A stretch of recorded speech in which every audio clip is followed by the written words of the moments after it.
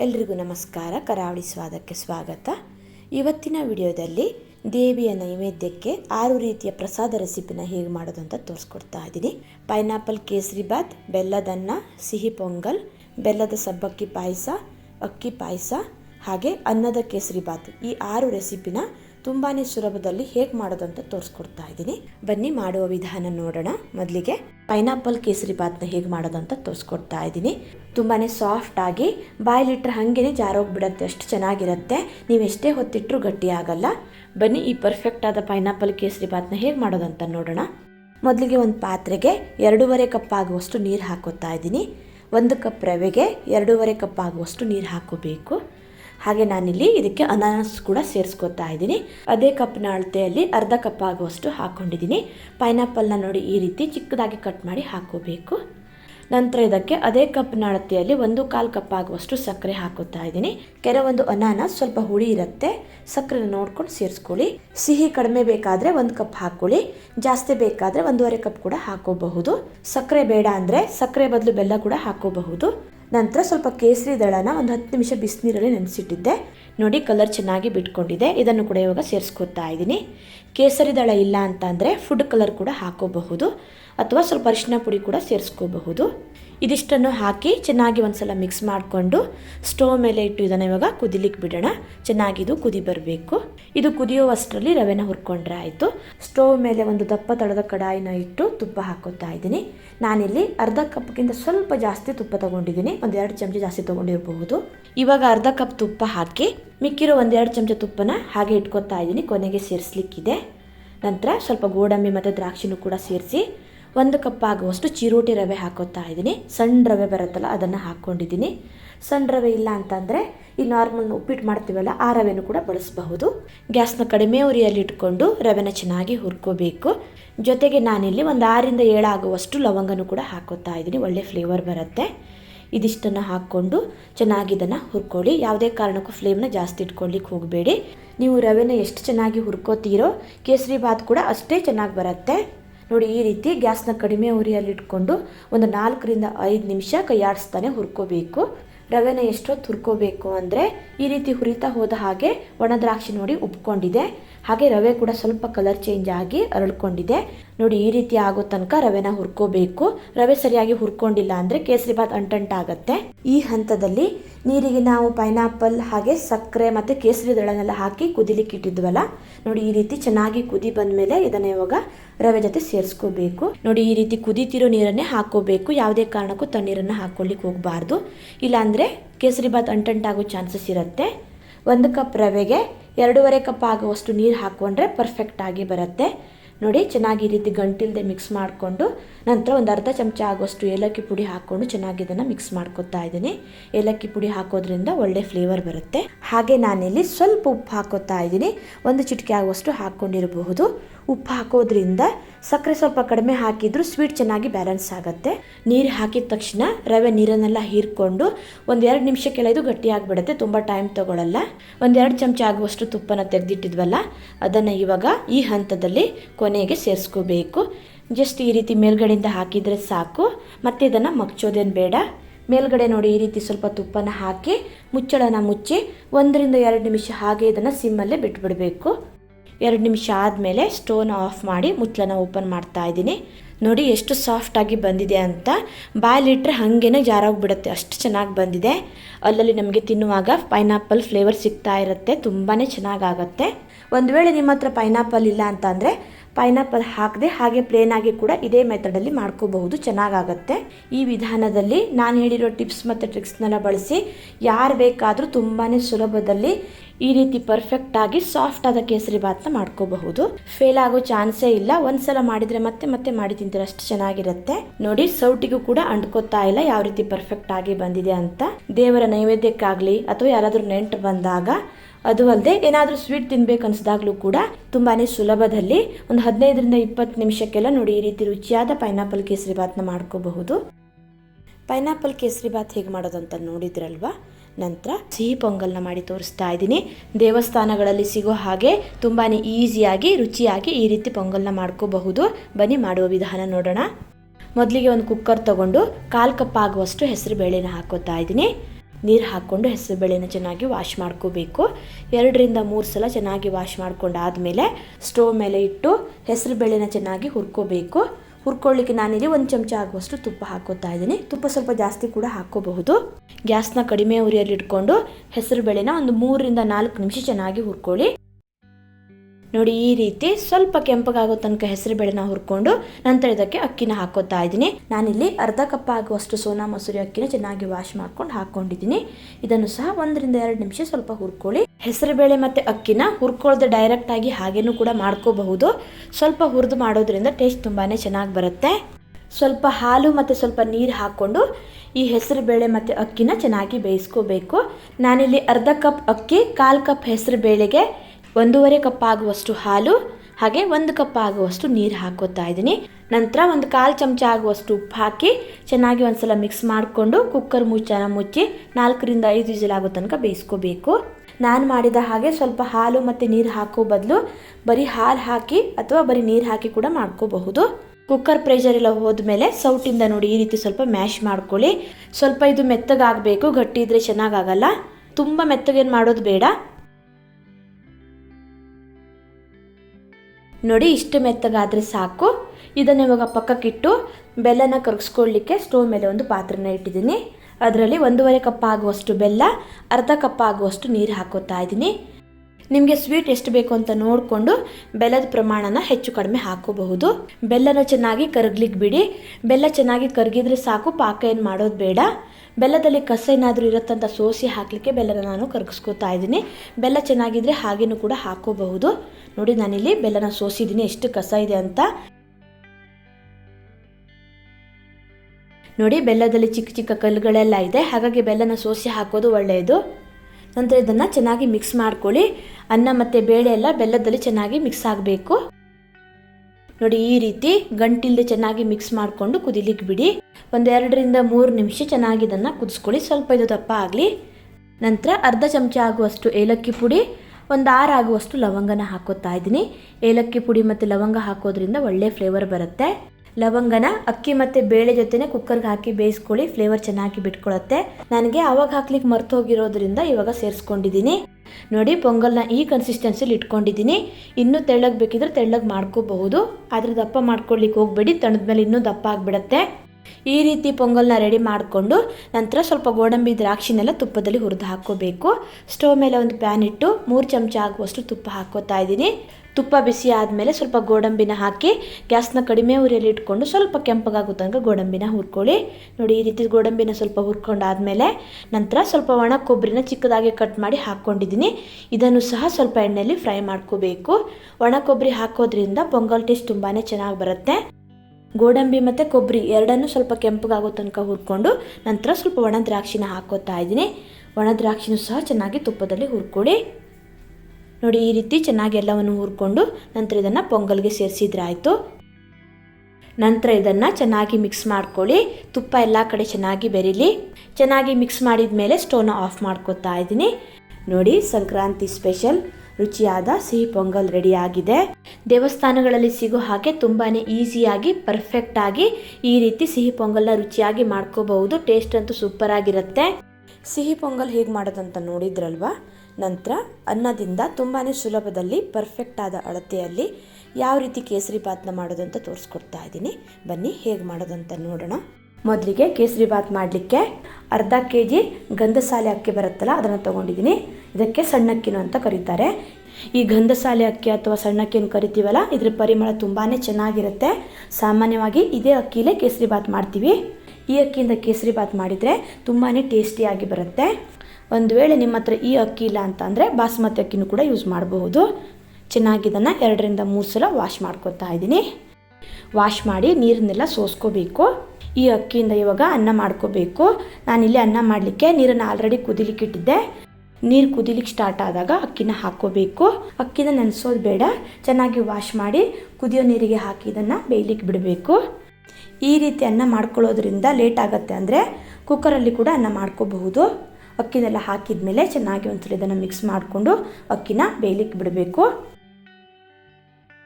ನಂತರ ನಾನಿಲ್ಲಿ ಸ್ವಲ್ಪ ಕೇಸರಿ ದಳನ ಬಿಸಿ ಹಾಲಿಗೆ ಹಾಕಿ ನೆನೆಸ್ಕೊತಾ ಇದ್ದೀನಿ. ಬಿಸಿ ಹಾಲಿಗೆ ಹಾಕ್ಕೊಳ್ಳೋದ್ರಿಂದ ಕಲರ್ ಚೆನ್ನಾಗಿ ಬಿಟ್ಕೊಳ್ಳುತ್ತೆ. ಕೇಸರಿ ಬಾತ್ಗೆ ಬೇರೆ ಯಾವುದೇ ಕಲರ್ ಹಾಕದೇ ಇರೋದ್ರಿಂದ ಕೇಸರಿ ದಳನ ಸ್ವಲ್ಪ ಜಾಸ್ತಿ ಹಾಕ್ಕೋಬೇಕಾಗತ್ತೆ. 1 kg ರೈಸ್ಗೆ 1 ಗ್ರಾಮ್ ಆಗುವಷ್ಟು ಕೇಸರಿ ದಳನ ಹಾಕ್ಕೋಬೇಕು. ನಾನು ಅರ್ಧ kg ಅಕ್ಕಿನ ತೊಗೊಂಡಿರೋದ್ರಿಂದ 500 ಮಿಲಿಗ್ರಾಮ್ ಆಗುವಷ್ಟು ಕೇಸರಿ ದಳನ ತೊಗೊಂಡಿದ್ದೀನಿ. ನೆಕ್ಸ್ಟ್ ಇವಾಗ ಅನ್ನ ಬೆಂದಿದೆ ಇಲ್ಲ ಅಂತ ನೋಡೋಣ. ಅನ್ನ ತುಂಬ ಮೆತ್ತಗಾಗೋ ತನಕ ಬೇಯಿಸ್ಕೋಬಾರ್ದು, ಹಾಗೆ ಗಟ್ಟಿನೂ ಕೂಡ ಇರಬಾರ್ದು. ನೋಡಿ, ಈ ರೀತಿ ಪ್ರೆಸ್ ಮಾಡಿದಾಗ ಈಸಿಯಾಗಿ ಮೆತ್ತಗಾಗಬೇಕು. 5 ರಿಂದ 8 ನಿಮಿಷದನ್ನು ಬೇಯಿಸ್ಕೊಂಡ್ರೆ ಸಾಕು. ನೋಡಿ, ಅನ್ನ ನೋಡಲಿಕ್ಕೆ ಸ್ವಲ್ಪ ಗಟ್ಟಿ ಇರಬೇಕು, ಆದರೆ ಸರಿಯಾಗಿದು ಬೆಂದಿರಬೇಕು.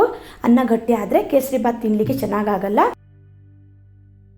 ನಂತರ ಇದನ್ನು ಸ್ಟ್ರೈನರ್ಗೆ ಹಾಕಿ ನೀರನ್ನೆಲ್ಲ ಸಪ್ರೇಟ್ ಮಾಡ್ಕೋಬೇಕು. ನೋಡಿ, ಈ ರೀತಿಯಾಗಿ ಕೇಸರಿ ಬಾತ್ಗೆ ಅನ್ನ ರೆಡಿ ಮಾಡ್ಕೋಬೇಕು. ನೆಕ್ಸ್ಟ್ ಇವಾಗ ಕೇಸರಿ ಬಾತ್ ಹೇಗೆ ಮಾಡೋದು ಅಂತ ನೋಡೋಣ. ನಂತರ ನಾನಿಲ್ಲಿ ಸ್ಟೋವ್ ಮೇಲೆ ಒಂದು ಕಡಾಯಿ ಇಟ್ಟಿದ್ದೀನಿ.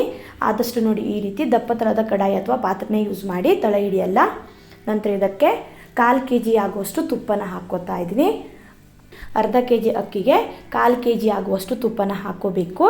ಅಂದರೆ ಅಕ್ಕಿಯ ಅರ್ಧದಷ್ಟು ತುಪ್ಪನ ಹಾಕ್ಕೋಬೇಕಾಗತ್ತೆ. ತುಪ್ಪ ಸ್ವಲ್ಪ ಬಿಸಿ ಆದಮೇಲೆ 15 ಲವಂಗನ ಹಾಕ್ಕೋತಾ ಇದ್ದೀನಿ. ಲವಂಗ ಹಾಕೋದ್ರಿಂದ ಒಳ್ಳೆ ಫ್ಲೇವರ್ ಬರುತ್ತೆ. ನಂತರ ಸ್ವಲ್ಪ ಗೋಡಂಬಿನೂ ಸಹ ಹಾಕ್ಕೊಂಡಿದ್ದೀನಿ. ಇದೆರಡನ್ನು ಗ್ಯಾಸ್ನ ಲೋ ಫ್ಲೇಮಲ್ಲಿಟ್ಟು ಸ್ವಲ್ಪ ಫ್ರೈ ಮಾಡ್ಕೋಬೇಕು. ಗೋಡಂಬಿ ಸ್ವಲ್ಪ ಕೆಂಪಗಾಗೋ ತನಕ ಫ್ರೈ ಮಾಡಿಕೊಂಡ್ರೆ ಸಾಕು. ಗೋಡಂಬಿ ಸ್ವಲ್ಪ ಕೆಂಪಗಾದ್ಮೇಲೆ ನಂತರ ಒಣ ದ್ರಾಕ್ಷಿನ ಹಾಕೋತಾ ಇದ್ದೀನಿ. ಒಣ ದ್ರಾಕ್ಷಿ ಮತ್ತು ಗೋಡಂಬಿ ಎರಡೂ ಸೇರಿ 50 ಗ್ರಾಮ್ ಆಗುವಷ್ಟು ಹಾಕ್ಕೋಬೇಕು. 1 kg ರೈಸಿಗೆ ತೊಗೊಳೋದಾದರೆ 100 ಗ್ರಾಮ್ ಆಗುವಷ್ಟು ಹಾಕ್ಕೋಬೇಕಾಗತ್ತೆ. ಇದೆಲ್ಲವನ್ನು ಸ್ವಲ್ಪ ಫ್ರೈ ಮಾಡ್ಕೊಂಡಾದಮೇಲೆ ನಂತರ ಇವಾಗ ಅನ್ನ ಹಾಕ್ಕೋಬೇಕು. ಬೇಯಿಸ್ಕೊಂಡಿರೋ ಅನ್ನನೆಲ್ಲ ತುಪ್ಪಕ್ಕೆ ಹಾಕೋತಾ ಇದ್ದೀನಿ. ನಂತರ ಸಕ್ಕರೆನ ಹಾಕ್ಕೋಬೇಕು. ನಾನಿಲ್ಲಿ ಅರ್ಧ kg ಅಕ್ಕಿಗೆ 1 kg ಆಗುವಷ್ಟು ಸಕ್ಕರೆನ ಹಾಕೋತಾ ಇದ್ದೀನಿ. ನೋಡಿ, ಈ ಮೆಜರ್ಮೆಂಟ್ ತುಂಬಾ ಮುಖ್ಯ. ಅರ್ಧ kg ಅಕ್ಕಿಗೆ 1 kg ಆಗುವಷ್ಟು ಸಕ್ಕರೆ, 1/4 kg ಆಗುವಷ್ಟು ತುಪ್ಪನ ಹಾಕ್ಕೋಬೇಕು. ಹಾಗೆ ನಾನಿಲ್ಲಿ 1/4 ಚಮಚ ಆಗುವಷ್ಟು ಉಪ್ಪು ಹಾಕ್ಕೊಂಡಿದ್ದೀನಿ. ಸ್ವಲ್ಪ ಉಪ್ಪು ಹಾಕ್ಕೊಳ್ಳೋದ್ರಿಂದ ಸ್ವೀಟ್ ಚೆನ್ನಾಗಿ ಬ್ಯಾಲೆನ್ಸ್ ಆಗುತ್ತೆ. ಇದೆಲ್ಲವನ್ನು ಹಾಕಿ ಚೆನ್ನಾಗಿ ಇದನ್ನು ಮಿಕ್ಸ್ ಮಾಡ್ಕೋಬೇಕು. ತುಪ್ಪ ಸಕ್ಕರೆ ಎಲ್ಲ ಅನ್ನ ಜೊತೆ ಚೆನ್ನಾಗಿ ಮಿಕ್ಸ್ ಆಗಬೇಕು. ಸಕ್ಕರೆ ಎಲ್ಲ ಚೆನ್ನಾಗಿ ಕರಗಬೇಕು.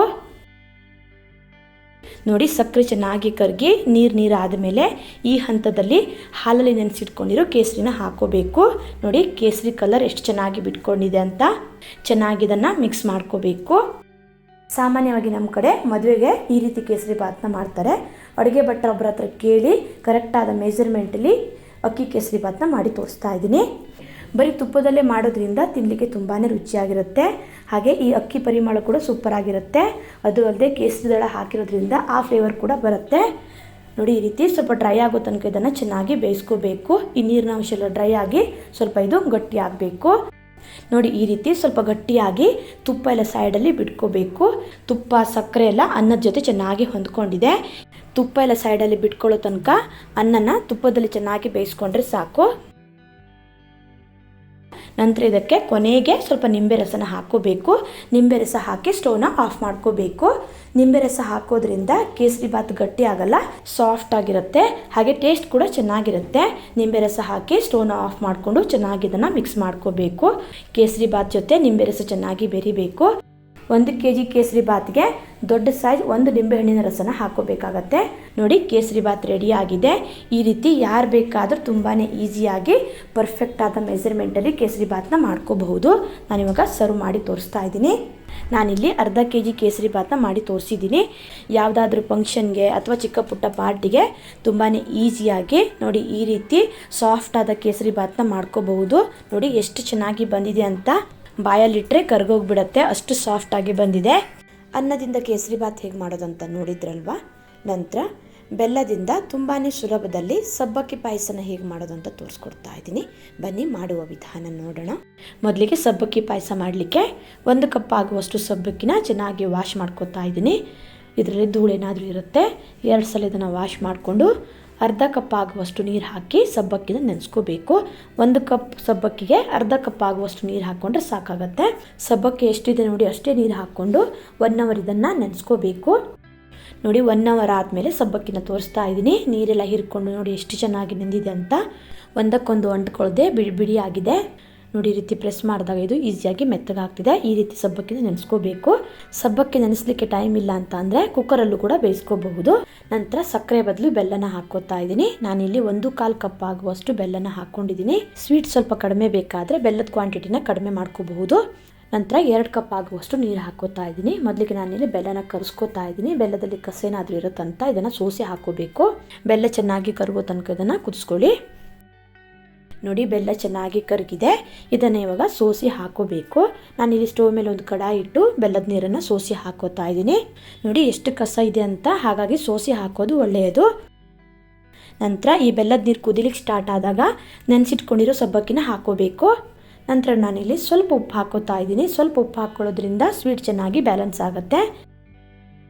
ನಂತರ ಸಬ್ಬಕ್ಕಿನ ಬೇಯಿಸ್ಕೋಬೇಕು. 1 ರಿಂದ 2 ನಿಮಿಷ ಸಬ್ಬಕ್ಕಿನ ಚೆನ್ನಾಗಿ ಬೇಯಿಸ್ಕೊಳ್ಳಿ. ತುಂಬ ಮೆತ್ತಗಾಗೋ ತನಕ ಬೇಯಿಸ್ಕೊಳ್ಳಿಕ್ಕೆ ಹೋಗಬೇಡಿ. 2 ನಿಮಿಷ ಬೇಯಿಸ್ಕೊಂಡ್ರೆ ಸಾಕು. ಆವಾಗವಾಗ ಸ್ವಲ್ಪ ತಿರುಗಿಸ್ತಾನೆ ಇರಿ, ಇಲ್ಲಾಂದರೆ ಸಬ್ಬಕ್ಕಿ ತಳ ಹಿಡಿಯೋ ಚಾನ್ಸಸ್ ಇರುತ್ತೆ.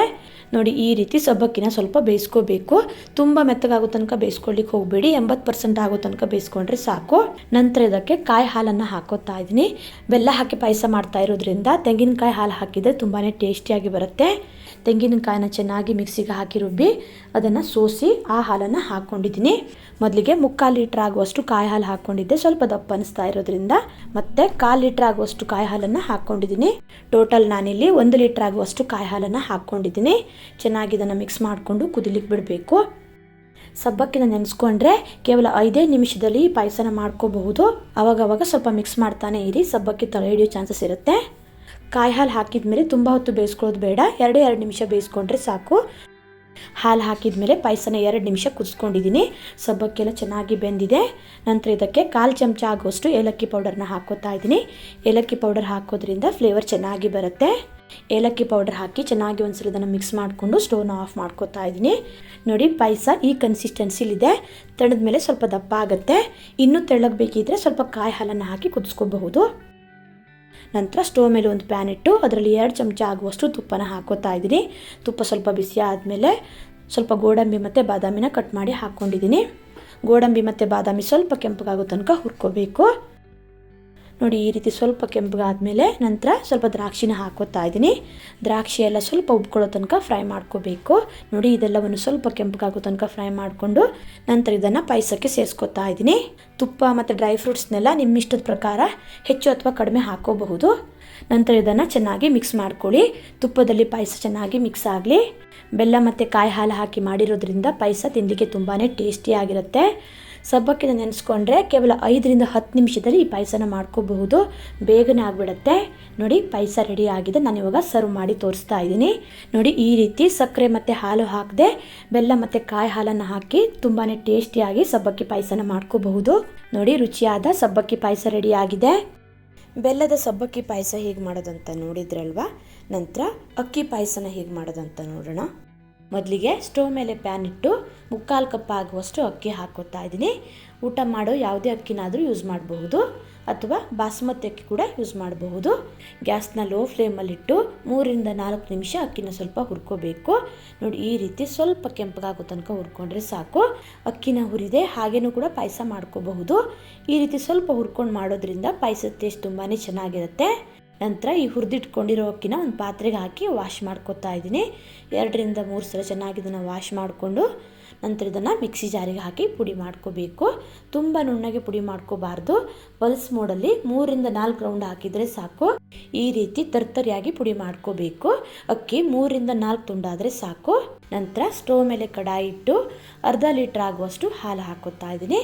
ಹಾಲನ್ನು ಕುದಿ ಬರ್ಲಿಕ್ಕೆ ಬಿಡಿ. ನೋಡಿ ಈ ರೀತಿ ಕುದಿ ಬರ್ಲಿಕ್ಕೆ ಸ್ಟಾರ್ಟ್ ಆದಾಗ ನಾವು ಪುಡಿ ಮಾಡಿ ಇಟ್ಕೊಂಡಿರೋ ಅಕ್ಕಿನ ಹಾಕೋಬೇಕು. ನಂತರ 7 ರಿಂದ 8 ಆಗುವಷ್ಟು ಲವಂಗ ಹಾಕೋತಾ ಇದ್ದೀನಿ. ಲವಂಗ ಹಾಕೋದ್ರಿಂದ ಪಾಯಸದ ಫ್ಲೇವರ್ ಚೆನ್ನಾಗಿರುತ್ತೆ. ನಂತರ 1/4 ಚಮಚ ಆಗುವಷ್ಟು ಉಪ್ಪು ಹಾಕೋತಾ ಇದ್ದೀನಿ. ಈ ರೀತಿ ಸ್ವಲ್ಪ ಉಪ್ಪು ಹಾಕೊಳ್ಳೋದ್ರಿಂದ ಸ್ವೀಟ್ ಚೆನ್ನಾಗಿ ಬ್ಯಾಲೆನ್ಸ್ ಆಗುತ್ತೆ. ನಂತರ ಇದನ್ನು ಚೆನ್ನಾಗಿ ಮಿಕ್ಸ್ ಮಾಡಿಕೊಂಡು ಬೇಯಲಿಕ್ಕೆ ಬಿಡಬೇಕು. ಗ್ಯಾಸ್ನ ಮೀಡಿಯಮ್ ಫ್ಲೇಮಲ್ಲಿ ಇಟ್ಕೊಂಡು ಹಾಲಲ್ಲಿ ಅಕ್ಕಿನ ಚೆನ್ನಾಗಿ ಬೇಯಿಸ್ಕೋಬೇಕು. ಅವಾಗವಾಗ ಈ ರೀತಿ ತಿರುಗಿಸ್ತಾ ಕೈಯಾಡಿಸ್ತಾನೆ ಇರಿ, ಇಲ್ಲಾಂದರೆ ತಲೆ ಹಿಡಿಯೋ ಚಾನ್ಸಸ್ ಇರುತ್ತೆ. ನೋಡಿ ಈ ರೀತಿ ಸ್ವಲ್ಪ ಬೆಂದ ಮೇಲೆ ನಂತರ ಇದಕ್ಕೆ ಬೆಲ್ಲನ ಹಾಕ್ಕೋಬೇಕು. ಸ್ಟೋವ್ ಮೇಲೆ ಒಂದು ಪಾತ್ರೆ ಇಟ್ಟು 1 ಕಪ್ ಆಗುವಷ್ಟು ಬೆಲ್ಲ, 1 ಕಪ್ ಆಗುವಷ್ಟು ನೀರು ಹಾಕ್ಕೊಂಡಿದ್ದೀನಿ. ಬೆಲ್ಲ ಚೆನ್ನಾಗಿ ಕರಗಿದ್ರೆ ಸಾಕು, ಪಾಕ ಏನು ಮಾಡೋದು ಬೇಡ. ಬೆಲ್ಲದಲ್ಲಿ ಕಸ ಏನಾದರೂ ಇರುತ್ತಂತ ಸೋಸಿ ಹಾಕಲಿಕ್ಕೆ ಬೆಲ್ಲನ ಕರಗಿಸ್ಕೊತಾ ಇದ್ದೀನಿ. ನಿಮಗೆ ಸ್ವೀಟ್ ಎಷ್ಟು ಬೇಕು ಅಂತ ನೋಡಿಕೊಂಡು ಬೆಲ್ಲದ ಕ್ವಾಂಟಿಟಿನ ಹೆಚ್ಚು ಕಡಿಮೆ ಹಾಕ್ಕೋಬಹುದು. ನೋಡಿ ಈ ರೀತಿ ಬೆಲ್ಲ ಕರಗಿದ ಮೇಲೆ ಇದನ್ನು ಇವಾಗ ಸೋಸಿ ಹಾಕೋತಾ ಇದ್ದೀನಿ. ಬೆಲ್ಲದ ಬದಲು ಸಕ್ಕರೆ ಕೂಡ ಹಾಕ್ಕೋಬಹುದು. ನೋಡಿ ಬೆಲ್ಲದಲ್ಲಿ ಎಷ್ಟು ಕಸ ಇದೆ ಅಂತ, ಹಾಗಾಗಿ ಬೆಲ್ಲನ ಸೋಸಿ ಹಾಕಿದರೆ ಒಳ್ಳೆಯದು. ಬೆಲ್ಲದ ನೀರು ಹಾಕಿ ಚೆನ್ನಾಗಿ ಇದನ್ನು ಮಿಕ್ಸ್ ಮಾಡ್ಕೊಳ್ಳಿ. ನೋಡಿ ಈ ರೀತಿ ಚೆನ್ನಾಗಿ ಮಿಕ್ಸ್ ಮಾಡಿದ ಮೇಲೆ ನಂತರ ಇದಕ್ಕೆ ಏಲಕ್ಕಿ ಪೌಡರ್ನ ಹಾಕ್ಕೋಬೇಕು. ಏಲಕ್ಕಿ ಪೌಡರ್ ಹಾಕೋದ್ರಿಂದ ಒಳ್ಳೆ ಫ್ಲೇವರ್ ಬರುತ್ತೆ. ಅರ್ಧ ಚಮಚ ಆಗುವಷ್ಟು ಏಲಕ್ಕಿ ಪೌಡರ್ ಹಾಕಿ ಚೆನ್ನಾಗಿ ಮಿಕ್ಸ್ ಮಾಡ್ಕೊತಾ ಇದ್ದೀನಿ. ನೋಡಿ ಈ ರೀತಿ ಚೆನ್ನಾಗಿ ಮಿಕ್ಸ್ ಮಾಡಿದ ಮೇಲೆ ಸ್ವಲ್ಪ ಇದು ದಪ್ಪ ಅನಿಸ್ತಾ ಇರೋದ್ರಿಂದ ಮತ್ತೆ 1 ಗ್ಲಾಸ್ ಆಗುವಷ್ಟು ಹಾಲು ಹಾಕೋತಾ ಇದ್ದೀನಿ. ಮಾಮೂಲಿ ಹಾಲು ಬದಲು ಕಾಯಿ ಹಾಲು ಹಾಕಿ ಕೂಡ ಮಾಡ್ಕೋಬಹುದು. ಕಾಯಿ ಹಾಲು ಹಾಕೋದ್ರಿಂದನೂ ಟೇಸ್ಟ್ ಸೂಪರ್ ಆಗಿ ಬರುತ್ತೆ. ನೋಡಿ ಪಾಯಸ ಈ ಕನ್ಸಿಸ್ಟೆನ್ಸಿಲಿದೆ. ಕುದಿ ಬಂದಮೇಲೆ ಸ್ವಲ್ಪ ದಪ್ಪ ಆಗುತ್ತೆ. ಪಾಯಸ ಸ್ವಲ್ಪ ತೆಳ್ಳಗಿರಬೇಕು ಅನಿಸಿದ್ರೆ ಇನ್ನು ಸ್ವಲ್ಪ ಹಾಲನ್ನು ಸೇರಿಸ್ಕೊಳ್ಳಿ. ನೋಡಿ ಇದನ್ನು ಕುದಿಲಿಕ್ಕೆ ಬಿಟ್ಟು ನೆಕ್ಸ್ಟ್ ಇವಾಗ ಇದಕ್ಕೆ ಸ್ವಲ್ಪ ಗೋಡಂಬಿ ದ್ರಾಕ್ಷಿನ ತುಪ್ಪದಲ್ಲಿ ಹುರ್ಕೊಂಡು ಸೇರಿಸ್ಕೋಬೇಕು. ಸ್ಟವ್ ಮೇಲೆ ಒಂದು ಪ್ಯಾನ್ ಇಟ್ಟು ಸ್ವಲ್ಪ ತುಪ್ಪ ಹಾಕಿ, ತುಪ್ಪ ಬಿಸಿ ಆದಮೇಲೆ ಸ್ವಲ್ಪ ಗೋಡಂಬಿನ ಹಾಕ್ಕೊಂಡಿದ್ದೀನಿ. ಗ್ಯಾಸ್ನ ಲೋ ಫ್ಲೇಮಲ್ಲಿಟ್ಟು ಗೋಡಂಬಿನ ಸ್ವಲ್ಪ ಹುರ್ಕೋಬೇಕು. ಗೋಡಂಬಿ ಸ್ವಲ್ಪ ಹುರ್ಕೊಂಡಾದಮೇಲೆ ನಂತರ ಇದಕ್ಕೆ ಸ್ವಲ್ಪ ಒಣ ದ್ರಾಕ್ಷಿನ ಹಾಕೋತಾ ಇದ್ದೀನಿ. ಗೋಡಂಬಿ ಮತ್ತು ದ್ರಾಕ್ಷಿ ಇಷ್ಟೇ ಹಾಕೋಬೇಕಂತಿಲ್ಲ, ಸ್ವಲ್ಪ ಜಾಸ್ತಿನೂ ಕೂಡ ಹಾಕೋಬಹುದು ಅಥವಾ ಕಡಿಮೆನೂ ಕೂಡ ಹಾಕೋಬಹುದು. ನಂತರ ಸ್ವಲ್ಪ ಕೊಬ್ಬರಿ ತುರಿನ ಹಾಕೋತಾ ಇದ್ದೀನಿ. 3 ರಿಂದ 4 ಚಮಚ ಆಗುವಷ್ಟು ಹಾಕ್ಕೊಂಡಿದ್ದೀನಿ. ಕೊಬ್ಬರಿನ ಈ ರೀತಿ ಸ್ವಲ್ಪ ಹುರಿದು ಹಾಕೋದ್ರಿಂದ ಟೇಸ್ಟ್ ಚೆನ್ನಾಗಿರುತ್ತೆ. ಎಲ್ಲವನ್ನು ಈ ರೀತಿ ಸ್ವಲ್ಪ ಕೆಂಪಗಾಗೋ ತನಕ ಹುರ್ಕೊಂಡು ನಂತರ ಇದನ್ನು ಪಾಯಸಕ್ಕೆ ಸೇರಿಸ್ಕೋಬೇಕು. ನಂತರ ಇದನ್ನು ಚೆನ್ನಾಗಿ ಮಿಕ್ಸ್ ಮಾಡಿಕೊಂಡು ಕುದಿಲಿಕ್ಕೆ ಬಿಡಿ. 2 ರಿಂದ 3 ನಿಮಿಷ ಚೆನ್ನಾಗಿ ಕುದಿಸ್ಕೋಬೇಕು. ನೋಡಿ ನಾನಿಲ್ಲಿ ಪಾಯಸನ ಈ ಕನ್ಸಿಸ್ಟೆನ್ಸಿಲಿ ಇಟ್ಕೊಂಡಿದ್ದೀನಿ. ತುಂಬ ದಪ್ಪ ಮಾಡ್ಕೊಳ್ಳಿಕ್ಕೆ ಹೋಗಬೇಡಿ, ತಣ್ಣದ ಮೇಲೆ ಸ್ವಲ್ಪ ದಪ್ಪ ಆಗುತ್ತೆ. ಇನ್ನೂ ತೆಳ್ಳಗೆ ಬೇಕು ಅಂದರೆ ಸ್ವಲ್ಪ ಹಾಲು ಹಾಕ್ಕೊಂಡು ತೆಳ್ಳಗೆ ಮಾಡ್ಕೋಬಹುದು. ನೋಡಿ ಪಾಯಸ ಚೆನ್ನಾಗಿ ಕುದೀತಾ ಇದೆ. 2 ರಿಂದ 3 ನಿಮಿಷ ಚೆನ್ನಾಗಿ ಕುದಿಸ್ಕೊಂಡಿದ್ದೀನಿ. ನೋಡಿ ಪಾಯಸ ರೆಡಿ ಆಗಿದೆ. ನಾನಿವಾಗ ಸ್ಟವ್ನ ಆಫ್ ಮಾಡಿ ಸರ್ವ್ ಮಾಡಿ ತೋರಿಸ್ತಾ ಇದ್ದೀನಿ. ನೋಡಿ ಈ ರೀತಿ ತುಂಬಾ ಈಸಿಯಾಗಿ ಬೇಗನೆ ಪಾಯಸನ ಮಾಡ್ಕೋಬಹುದು. ನೋಡಿ ರುಚಿಯಾದ ಅಕ್ಕಿ ಪಾಯಸ ರೆಡಿ ಆಗಿದೆ. ಅಕ್ಕಿ ಪಾಯಸ ಹೇಗೆ ಮಾಡೋದಂತ ನೋಡಿದ್ರಲ್ವಾ. ನಂತರ ದೇವಿಯ ನೈವೇದ್ಯಕ್ಕೆ ತುಂಬಾ ಈಸಿಯಾಗಿ ಮಾಡುವ ಗುಡಾನ್ನ ಅಥವಾ ಬೆಲ್ಲದ ಅನ್ನನ ಹೇಗೆ ಮಾಡೋದಂತ ತೋರಿಸ್ಕೊಡ್ತಾ ಇದ್ದೀನಿ. ಬನ್ನಿ ಹೇಗೆ ಮಾಡೋದು ಅಂತ ನೋಡೋಣ. ಮೊದಲಿಗೆ ನಾನಿಲ್ಲಿ ಅರ್ಧ ಕಪ್ ಆಗುವಷ್ಟು ಅಕ್ಕಿನ ತೊಗೊಂಡಿದ್ದೀನಿ. ನಾನಿಲ್ಲಿ ಸೋನಾ ಮಸೂರಿ ಅಕ್ಕಿನ ತೊಗೊಂಡಿದ್ದೀನಿ. 2 ರಿಂದ 3 ಸಲ ಅಕ್ಕಿನ ಚೆನ್ನಾಗಿ ನೀರಲ್ಲಿ ವಾಶ್ ಮಾಡ್ಕೋಬೇಕು.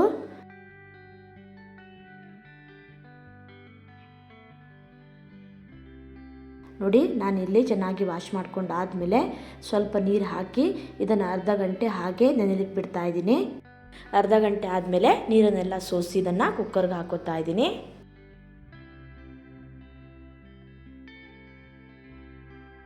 ನಂತರ ನಾನಿಲ್ಲಿ ಅರ್ಧ ಕಪ್ ಅಕ್ಕಿಗೆ 1.5 ಕಪ್ ಆಗುವಷ್ಟು ನೀರನ್ನು ಹಾಕೋತಾ ಇದ್ದೀನಿ. ನಂತರ 1/4 ಚಮಚ ಆಗುವಷ್ಟು ಉಪ್ಪು ಹಾಕಿ ಚೆನ್ನಾಗಿ ಒಂದ್ಸಲ ಮಿಕ್ಸ್ ಮಾಡ್ಕೋತಾ ಇದ್ದೀನಿ.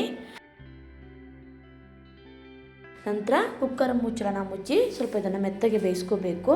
ನಾನಿದನ್ನು 4 ರಿಂದ 5 ವಿಸಿಲ್ ಆಗೋ ತನಕ ಬೇಯಿಸ್ಕೋತಾ ಇದ್ದೀನಿ. ನೋಡಿ ಕುಕ್ಕರ್ ಪ್ರೆಷರ್ ಹೋದ್ಮೇಲೆ ಮುಚ್ಚಳನ ಓಪನ್ ಮಾಡ್ತಾ ಇದ್ದೀನಿ. ನೋಡಿ ಅನ್ನ ಚೆನ್ನಾಗಿ ಬೆಂದಿದೆ. ಚೆನ್ನಾಗಿ ಇದನ್ನು ಸ್ವಲ್ಪ ಮ್ಯಾಶ್ ಮಾಡ್ಕೋತಾ ಇದ್ದೀನಿ. ನೀವು ಬೇಕಿದ್ರೆ ಸ್ವಲ್ಪ ನೀರು ಜಾಸ್ತಿ ಹಾಕಿ ಇನ್ನೊಂದು 2 ವಿಸಿಲ್ ಜಾಸ್ತಿ ಕೂಡ ಕುಗ್ಸ್ಬೋದು. ತುಂಬ ಮೆತ್ತಗಾಗೋ ತನಕ ಬೇಯಿಸ್ಕೋಬೇಡಿ. ಅನ್ನ ಸ್ವಲ್ಪ ಮೆತ್ತಗಾದರೆ ಬೆಲ್ಲದನ್ನ ತುಂಬಾ ಚೆನ್ನಾಗಿ ಬರುತ್ತೆ. ನೋಡಿ ಈ ರೀತಿ ಚೆನ್ನಾಗಿ ಮ್ಯಾಶ್ ಮಾಡ್ಕೊಂಡಾದ್ಮೇಲೆ ನಂತರ ನಾನಿಲ್ಲಿ ಬೆಲ್ಲನ ಕರಗಿಸ್ಕೋತಾ ಇದ್ದೀನಿ. ನಾನಿಲ್ಲಿ ಸ್ಟವ್ ಮೇಲೆ ಒಂದು ಪಾತ್ರೆ ಇಟ್ಟು ಅದರಲ್ಲಿ 1 ಕಪ್ ಆಗುವಷ್ಟು ಬೆಲ್ಲನ ಹಾಕೋತಾ ಇದ್ದೀನಿ. ಹಾಗೆ ಅರ್ಧ ಕಪ್ ಆಗುವಷ್ಟು ನೀರನ್ನು ಹಾಕೋತಾ ಇದ್ದೀನಿ. ಬೆಲ್ಲ ಚೆನ್ನಾಗಿ ಕರಗಬೇಕು. ಬೆಲ್ಲದಲ್ಲಿ ಕಸಕಡ್ಡಿ ಏನಾದರೂ ಇರುತ್ತೆ, ಹಾಗಾಗಿ ಸೋಸಿ ಹಾಕಲಿಕ್ಕೆ ನಾನು ಬೆಲ್ಲನ ಕರಗಿಸ್ಕೋತಾ ಇದ್ದೀನಿ. ಬೆಲ್ಲ ಚೆನ್ನಾಗಿದ್ರೆ ನೀವು ಡೈರೆಕ್ಟಾಗಿ ಹಾಗೆ ಹಾಕಬಹುದು.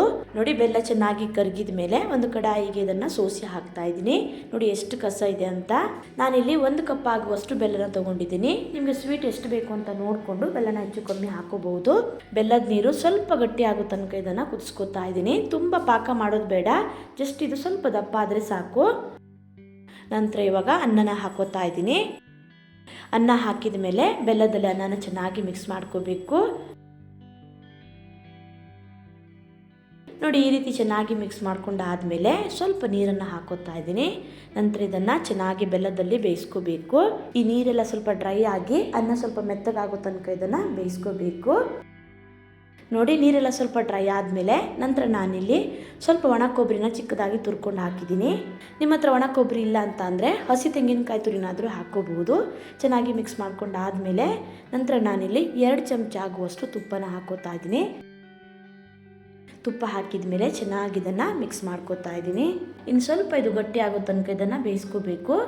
ತುಂಬ ಗಟ್ಟಿ ಮಾಡಿ ಬೇಯಿಸ್ಕೊಳ್ಬೇಡಿ, ತಣದ ಮೇಲೆ ಇನ್ನೂ ಗಟ್ಟಿ ಆಗಿಬಿಡುತ್ತೆ. ನೋಡಿ, ನಂತರ ನಾನಿಲ್ಲಿ 1/4 ಚಮಚ ಆಗುವಷ್ಟು ಏಲಕ್ಕಿ ಪೌಡರ್ನ ಹಾಕೋತಾ ಇದ್ದೀನಿ. ಏಲಕ್ಕಿ ಪೌಡರ್ ಹಾಕೋದ್ರಿಂದ ಫ್ಲೇವರ್ ತುಂಬಾ ಚೆನ್ನಾಗಿ ಬರುತ್ತೆ. ನೋಡಿ, ಈ ರೀತಿ ಸ್ವಲ್ಪ ನೀರು ಥರ ಇರಬೇಕು. ತುಂಬ ಗಟ್ಟಿ ಆಗೋ ತನಕ ಇದನ್ನು ಬೇಯಿಸ್ಕೋಬೇಡಿ, ತಣದ ಮೇಲೆ ಇನ್ನೂ ಗಟ್ಟಿ ಆಗಿಬಿಡುತ್ತೆ. ಈ ಕನ್ಸಿಸ್ಟೆನ್ಸಿಲಿದ್ರೆ ಸರಿಯಾಗುತ್ತೆ. ನಂತರ ಇದನ್ನು ಪಕ್ಕಕ್ಕಿಟ್ಟು ತುಪ್ಪದಲ್ಲಿ ಸ್ವಲ್ಪ ಗೋಡಂಬಿ ದ್ರಾಕ್ಷಿನ ಹುರಿದಾಕ್ತಾ ಇದ್ದೀನಿ. ನಾನಿಲ್ಲಿ 2 ಚಮಚ ಆಗುವಷ್ಟು ತುಪ್ಪನ ಹಾಕ್ಕೊಂಡಿದ್ದೀನಿ. ತುಪ್ಪ ಸ್ವಲ್ಪ ಬಿಸಿ ಆದಮೇಲೆ ಸ್ವಲ್ಪ ಗೋಡಂಬಿ ಮತ್ತು ದ್ರಾಕ್ಷಿನ ಹಾಕ್ಕೊಂಡಿದ್ದೀನಿ. ಗ್ಯಾಸ್ನ ಲೋ ಫ್ಲೇಮಲ್ಲಿಟ್ಟು ಇದೆರಡನ್ನು ಸ್ವಲ್ಪ ಕೆಂಪಗಾಗೋ ತನಕ ಹುರ್ಕೋಬೇಕು. ಗೋಡಂಬಿ ಸ್ವಲ್ಪ ಕೆಂಪಗಾಗಿ ದ್ರಾಕ್ಷಿ ಎಲ್ಲ ಚೆನ್ನಾಗಿ ಉಪ್ಕೊಂಡಿದೆ. ಇಷ್ಟಾದರೆ ಸಾಕು. ಇದನ್ನ ಇವಾಗ ಬೆಲ್ಲದ ಅನ್ನಕ್ಕೆ ಸೇರಿಸ್ಕೊತಾ ಇದ್ದೀನಿ. ಇಷ್ಟೇ ಗೋಡಂಬಿ ದ್ರಾಕ್ಷಿ ಹಾಕಬೇಕಂತಿಲ್ಲ, ಸ್ವಲ್ಪ ಜಾಸ್ತಿನೂ ಕೂಡ ಹಾಕೋಬಹುದು. ಚೆನ್ನಾಗಿ ಒಂದ್ಸಲ ಮಿಕ್ಸ್ ಮಾಡ್ಕೊತಾ ಇದ್ದೀನಿ.